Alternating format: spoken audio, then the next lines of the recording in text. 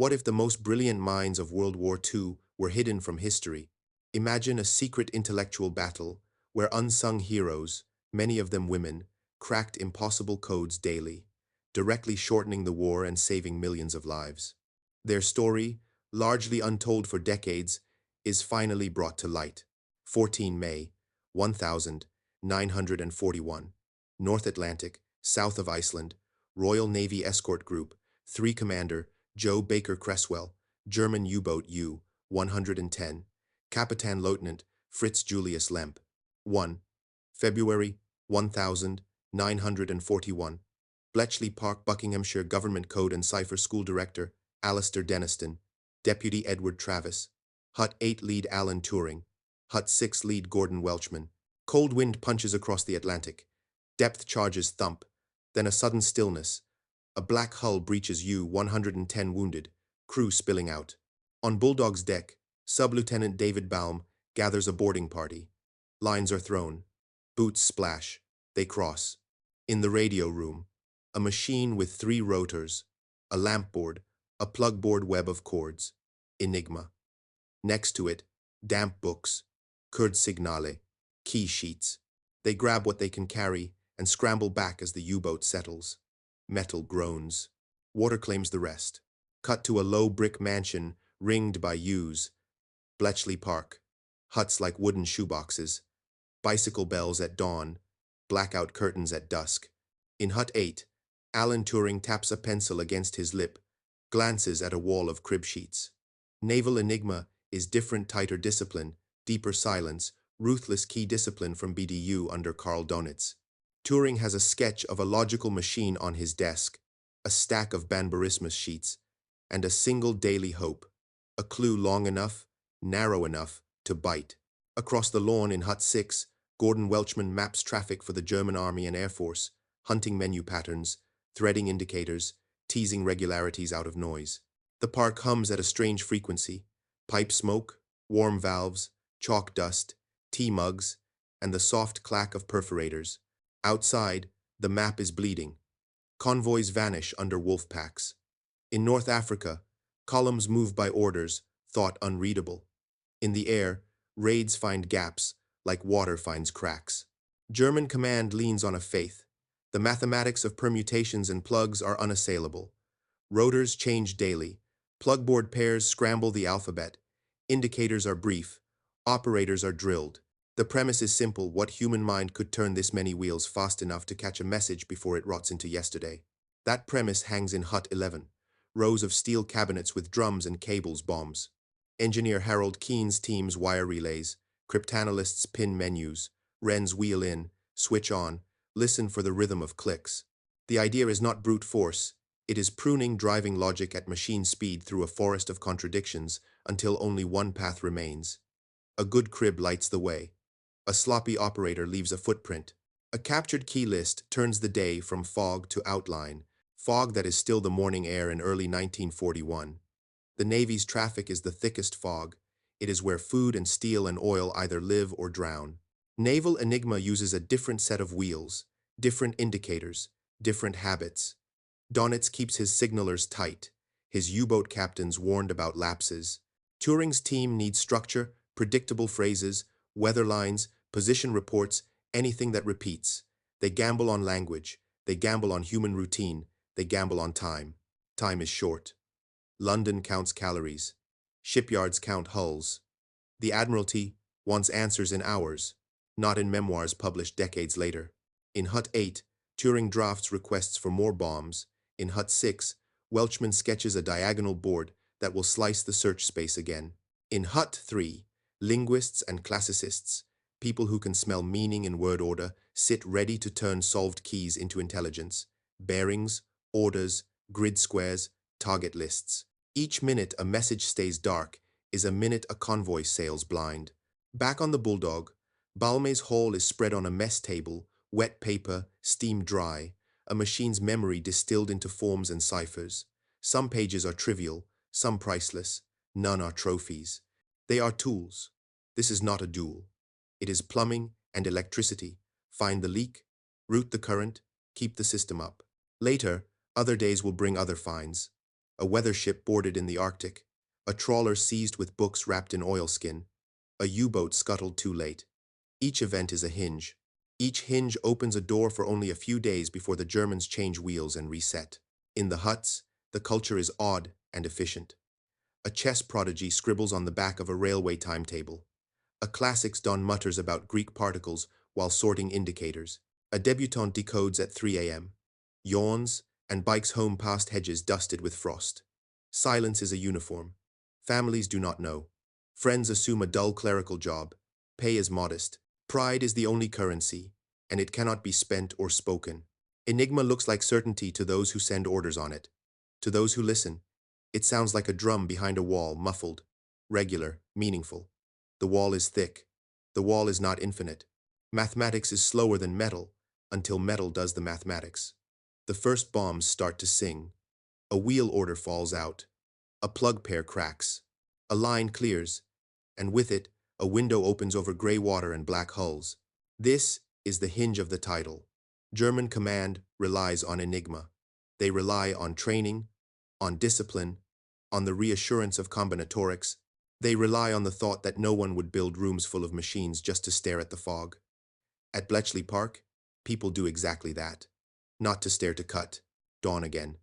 A fresh indicator. A likely crib. A bomb spins up. Somewhere west of Rockall, a U-boat keys its set and sends a weather short signal. Somewhere in Buckinghamshire, a lamp flashes green. The wall thins, and the park breathes. Doors open on Hut 3 at first light. Steam hisses from urns, stubs of pencils, ink on fingers. A bell rings twice shift change. New faces file in. Not soldiers, not the caricature of geniuses. People, the sort who solve things for the pleasure of it and then put the answer away. Autumn 1939, Bletchley Park, Buckinghamshire. Alistair Denniston posts letters and whispers invitations. University tutors recommend names in careful ink. Classicists, linguists, mathematicians, schoolmasters with tidy chalk lines, debutantes with unflappable poise, a fisherman's daughter with perfect ear for patterns. By 1940, the government code and cipher school is a village with its own weather, sleepless and secret. In Hut 6, Gordon Welchman draws traffic diagrams on brown paper. A thin line for a call sign, a thicker one when volume swells. Circles for net control. He sees not words but flows. He invents the diagonal board, a way to tie plugboard assumptions together so a machine can cut deeper, faster. It is not glamorous. It is decisive. Every cable he moves saves hours, then ships. Hut 8 is a different sound. Naval traffic. Harder. Colder. Alan Turing moves through it like a winter swimmer. Straight line. No waste. He writes to the Admiralty, and to anyone who will listen. More bombs, more operators, more paper, more time saved. He is polite, persistent, immovable. At his desk, a mug of weak tea cools next to Banburismus scoring sheets. Across from him, Joan Clark tallies weights and contradictions, crisp as frost. She has the same appetite for exactness, the same stillness, before the number that must be right. In the cottage beside the main house, Dilly Knox hunches over a card index and a memory of rhyme and meter. He is older, a veteran of room 40 inches the last war, and his mind moves by instinct through German operator habits. He trains young talent Mavis Beatty among them to feel when a line is wrong, when a clerk has repeated a greeting, when a name has been spelled just that little bit lazily that makes a lock slip. On 8 December 1941, Beatty will crack an Italian naval cipher key that helps set a trap at Cape Bon, 2 light cruisers caught and sunk. Not legend. Work. The park expands. More huts. More bicycles. By 1941, the Women's Royal Naval Service floods the floor with competence. Wrens who run bombs by the dozen, log outputs, restart clattering racks after a fuse pops at 2 a.m. Names like Margaret Rock, Ruth Briggs, and Jane Fawcett move through the shifts. Fawcett will help transmit decrypted orders that steer convoy WS-21P clear of a U-boat ambush in June 1942. Again, no trumpet, just a typed line, a relay click, a ship that does not sink. Life is narrow and large at once. The Official Secrets Act locks every mouth. A dance in the mansion hall with blackout curtains helps people forget the hour. A notice board advertises a chess ladder. A battered radio leaks the 9 o'clock news. In January, pipes freeze. In July, the hut smell of warm dust and hot valves. Pay is ordinary. The work is not. People marry in whispers. People break under the timing. Supervisors notice and move them to lighter tasks before the edge frays too much. The telegraph crossword stunt comes later, January 1942, an eccentric recruitment test that the press will adore when the silence lifts decades on. In truth, hiring is steadier, quieter. Tutors vouch. Friends recommend. A young engineer shows an unusual calm around fault-finding and is placed at the bombs. A linguist from a Baltic family can hear cadence in German weather code. A schoolgirl with flawless arithmetic becomes the person others trust at 3 in the morning, nor is it only Enigma. In an office littered with handmade graphs, John Tiltman studies long-message German army hand, ciphers the book codes, and additive systems that live beside machine traffic. In 1941 and 1942, a different team cracks a different empire's pride, the Lorenz SZ machine, used by the Oberkommando der Wehrmacht, but that is a wire farther down the field. For now, the park's pulse is Enigma's tick, and the hunger to shave minutes from darkness. Human eccentricity lubricates the grind. A Latin pun chalked on a doorframe. A pair of owls nesting in hut one's roof. Turing rides his bicycle with a gas mask strap securing a loose trouser leg. Welchman corrects his own pencil lines until the paper goes thin. Joan Clark refuses sloppiness with a small, unarguable look. Dilly Knox recites verse, then extracts a key from 3 letters no one else had noticed. These are not myths. They are mannerisms of minds that must hold too much noise without spilling. Night after night, the park behaves like a ship's engine room. Wrens check drum positions, switches go up and down. Logs are kept in exact columns. If a run fails, they repeat with another menu. If a power flicker kills a rack, they note the time and the partials and rebuild. The work is not a spark of genius. It is a furnace tended by hundreds who will never meet the convoy they saved. Outside, German command still trusts the lock. Karl Donitz lectures crews about radio discipline. Signals schools drill men on indicator procedure. Wheel orders rotate. Plugboard pairs change. Yet the same war needs the same words. A weather short signal begins the same way. A grid square repeats. A greeting slips. And when a boarding party drags a wet book off a U-boat or a trawler, the park turns that damp pulp into a living map for a few precious days. Dawn again. A wren annotates a printout. A duty officer hustles to Hut 3. A messenger cycles to the liaison desk for the Admiralty. 2 destroyers change course. 1 U-boat never sees them. In the huts, no one cheers. They file the sheet. They move to the next run. The wall thins. Again. Steel boxes breathe. Relays chatter. Lamps wink like fireflies behind tin panels. Hut 11, the balmy hall, comes alive before sunrise. Men and women move with the ritual of engine room hands. Check drums. Set menus. Log start times. Listen for the note that means contradiction and the sweeter note that means a path remains open. The idea begins on paper. A menu drawn from a crib, a guest fragment anchored in real operator habit. Wettervorhersage, a grid square, a greeting, a call sign used once too often. Human eyes shape the guess. Human hands wire the test. Then the machine does what no crew of clerks can. It rules out entire continents of wrong in minutes. Turing's concept is lean. Drive logical implications, at speed until only one wiring of the day's Enigma will fit. Welchman's diagonal board sharpens the blade, a way to propagate plugboard assumptions across the search, so the machine wastes less time. Engineer Harold Keane and the British Tabulating Machine Company turn sketches into iron. The first racks hum, more follow. By late 1941, rows of bombs grind through nights like mills. The sound is not drama. It is subtraction. Results do not live in the machine. They live where people read them. A bomb produces a handful of candidates. Wheel orders, ring settings, a few guest plugs. A checker station in Hut 8 or Hut 6 takes those and tries a message straight. 1 failure, 2 failures, then a page blooms into German. Not poetry bearings, wind, cargo, orders. This is the seam where steel and judgment meet. It is also where the war narrows to hours. The enemy's day key changes at midnight.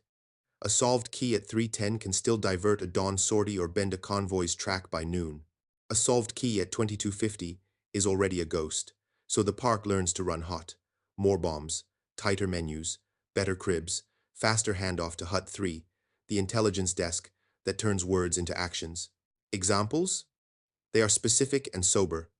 October 1942, Eastern Mediterranean, U.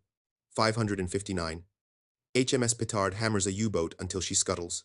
Two men, Lieutenant Anthony Fasson and able seaman Colin Grazier, and a teenage canteen assistant, Tommy Brown, bored in darkness and cold. They haul up wet books Kursignalheft, wetter Kurschlüssel, then the submarine sinks under them. Two do not return. The papers do.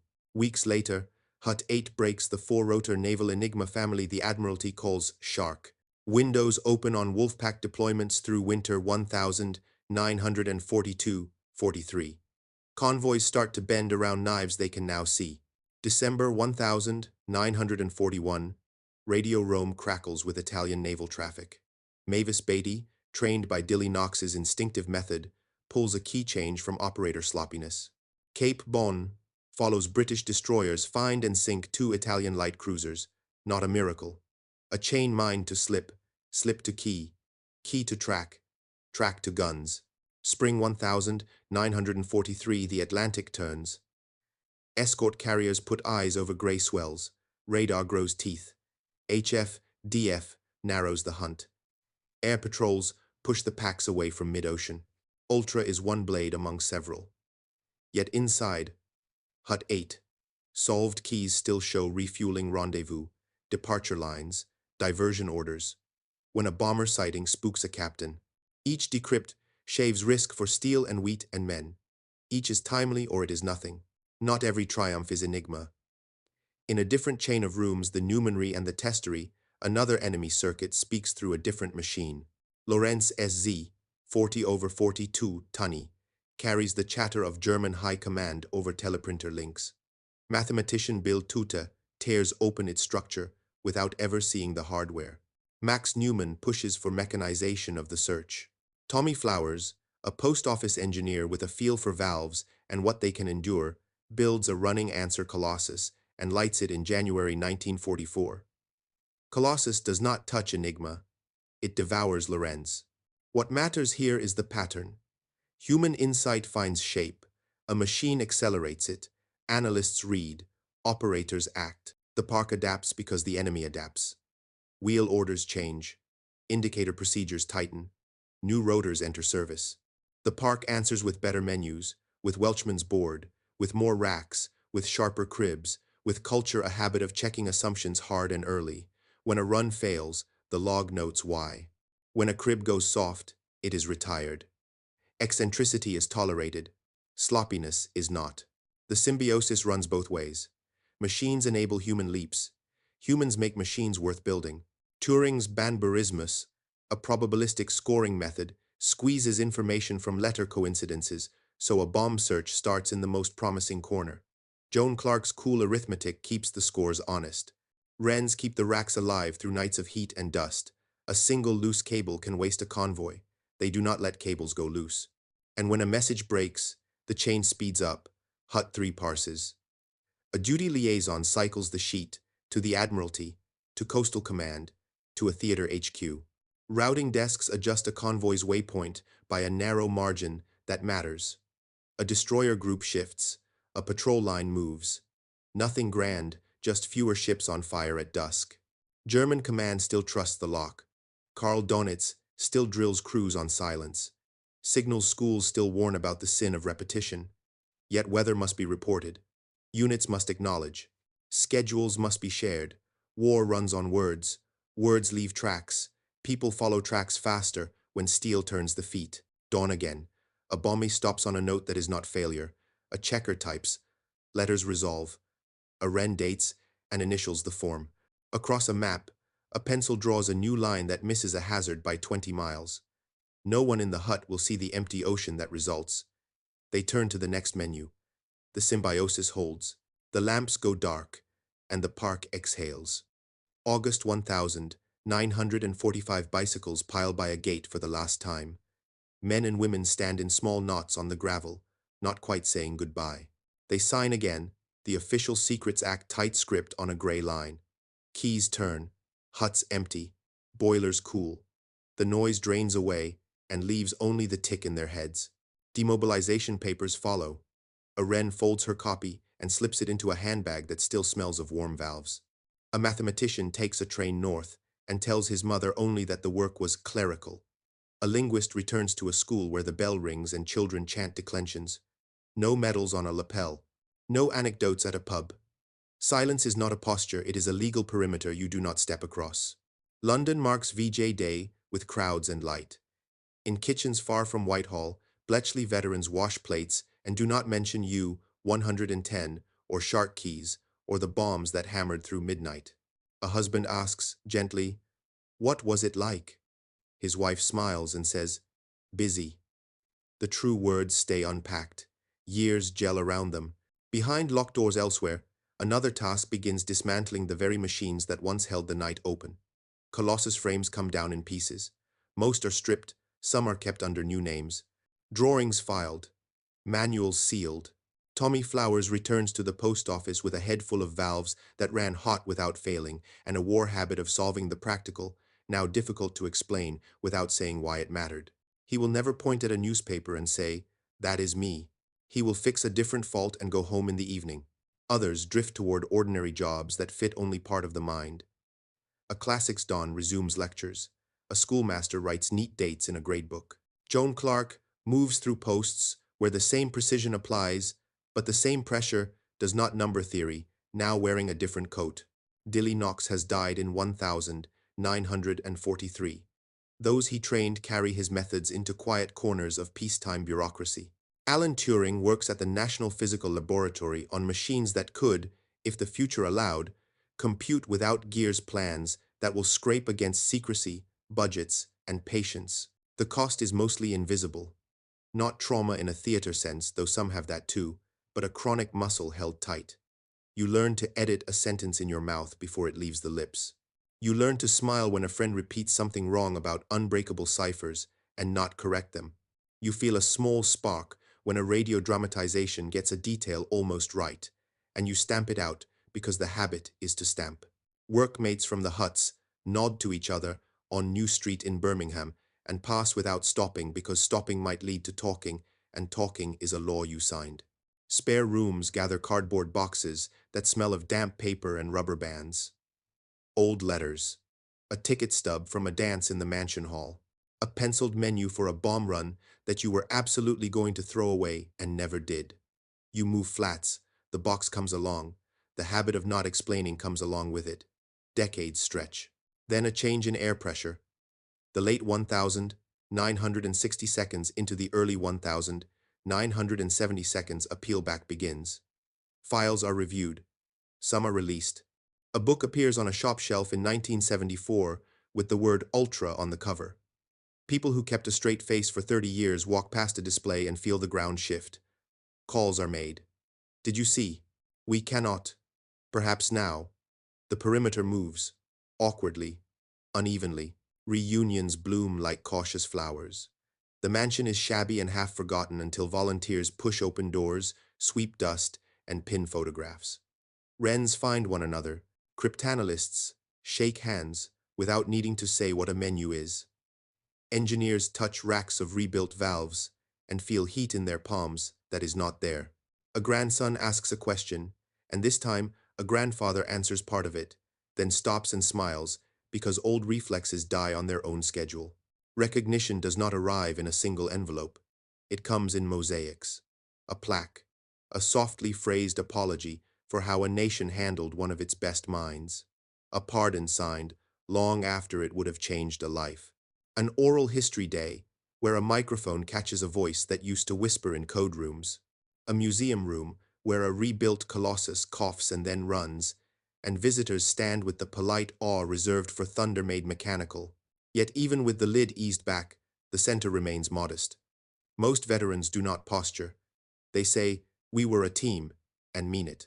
They list cooks, Messengers, mechanics, wrens at 3 a.m., office clerks who could spot when a log line was out of place. They shrug at the word genius. They nod at the word tired.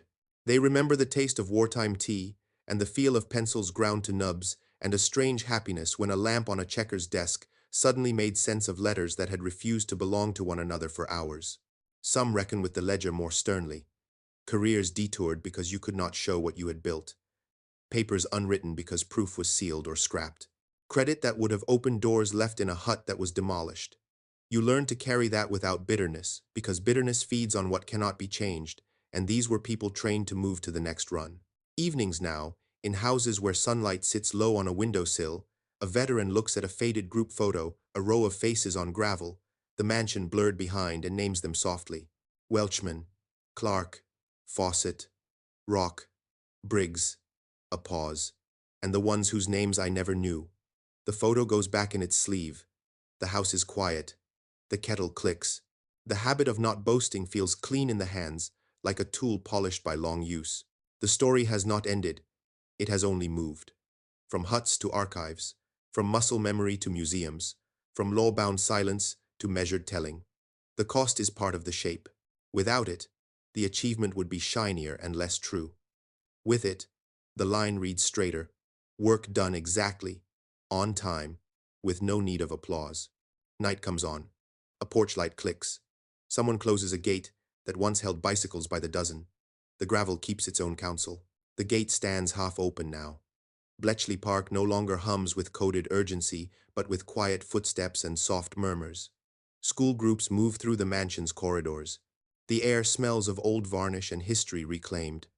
What was once an invisible nerve center of war is now a museum, a living archive of intellect under pressure. A placard reads, Government Code and Cipher School, 1939, 1945. Visitors see the bombs hulking, whirring replicas, their cables alive again. The reconstructed Colossus glows behind glass, tubes warming like dawn. Engineers who were boys when the war ended stand beside their own handiwork, watching it breathe once more. The Codebreakers' ghosts linger not in myth, but in the precision of the machines they inspired. The legacy of those years does not stop at commemoration.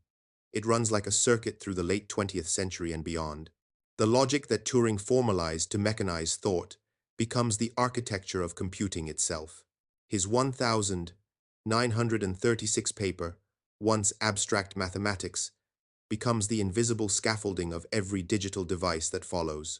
From valves to transistors, from Colossus to silicon chips, the continuity is clear. Problems broken into instructions, instructions executed without rest, minds extended by machines. Alan Turing never sees that future whole.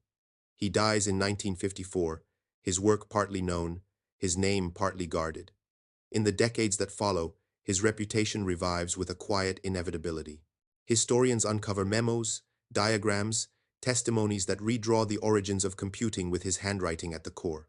By the early 21st century, his statue sits at Manchester, apple in hand, bronze face calm. On his bench lies the inscription, Founder of Computer Science. But Bletchley's story is larger than one name. It is the architecture of collaboration. Mathematicians beside typists, linguists beside engineers, cryptanalysts beside wrens who kept the machines alive. Modern cybersecurity teams, data scientists, and intelligence analysts trace their lineage here, whether they know it or not. The first rule, no one works alone, remains as essential in 2025 as it was in 1941. The first truth information can decide wars remains undiminished. Across the decades, the techniques refined in secrecy bloom into fields that govern the digital world. Error correction, pattern recognition, heuristic search concepts born from exhaustion and intuition in wooden huts now shape everything from medicine to machine learning. Encryption itself, the adversary they hunted, evolves in their wake, from rotor ciphers to public key systems, from codebooks to quantum-resistant algorithms. Each advance carries a trace of that old paradox, the contest between secrecy and transparency, between safety and surveillance. And yet the human element, the heartbeat of Bletchley, is the thread that endures most. The culture that valued quiet excellence over hierarchy. The trust that allowed a classic scholar to challenge a commander's logic and be heard. The belief that intelligence is not uniform, that genius hides in crossword solvers, linguists, and the meticulous patience of night shift clerks. Those lessons outlast the war's urgency. They become the unwritten code of modern innovation. Bletchley Park's veterans live long enough to see the walls of silence fall completely. They visit the museum with grandchildren. They point to a bomb and say, "At last, that was ours." Their modesty never fades, but the relief does. Some write memoirs, others leave oral histories. The world listens not for melodrama, but for process, for method, for the sound of thinking under constraint. In 2012, the United Kingdom formally apologizes to Alan Turing. A posthumous pardon follows in 2013. The gesture is symbolic but necessary, a closing of one loop and the opening of another. An acknowledgement that secrecy saved lives, but also that silence, when unchallenged, can destroy them. His legacy becomes a rallying point for a different kind of code-breaking, breaking prejudice, ignorance, and erasure. Meanwhile, cybersecurity grows into a battlefield of its own. States and corporations wage quiet wars of encryption and intrusion. The logic of Bletchley returns, reframed: intercept, analyze, adapt faster than your opponent. Modern analysts, facing threats Turing never imagined, ransomware, quantum computing, algorithmic warfare, still quote the old discipline: know the system, respect the data, understand the human error behind every breach. It is the same doctrine in a new dialect. By 2025, the mansion stands not as a monument, but as a mirror. Visitors see their reflections in the glass cases, surrounded by relics of typewriters and reels. A display shows lines of code scrolling the modern Enigma, software vulnerabilities, AI models' learning patterns. The staff explain that the same principles apply: logic, creativity, collaboration. The students nod, phones glowing in their hands, machines millions of times faster than Colossus, built on the shoulders of the quietest war. And so, the circle completes. From secrecy to open source, from hand-soldered circuits to cloud clusters, from intercepted Morse to encrypted fiber. What began as a race against time became the spine of a civilization defined by information. Before they leave, visitors walk the gravel path outside the mansion, the one once lined with bicycles. The air carries the faint echo of clacking drums and chalk against slate. In the distance, church bells mark the hour, as they did when messages meant lives. A plaque catches the last light of day. They gave the Allies the edge that turned the tide. They gave the modern world the mind to understand itself. And below, in smaller letters, a reminder, simple and enduring: silence was their duty. Understanding is our inheritance. The wind stirs. The park falls quiet again. But this time, the silence speaks.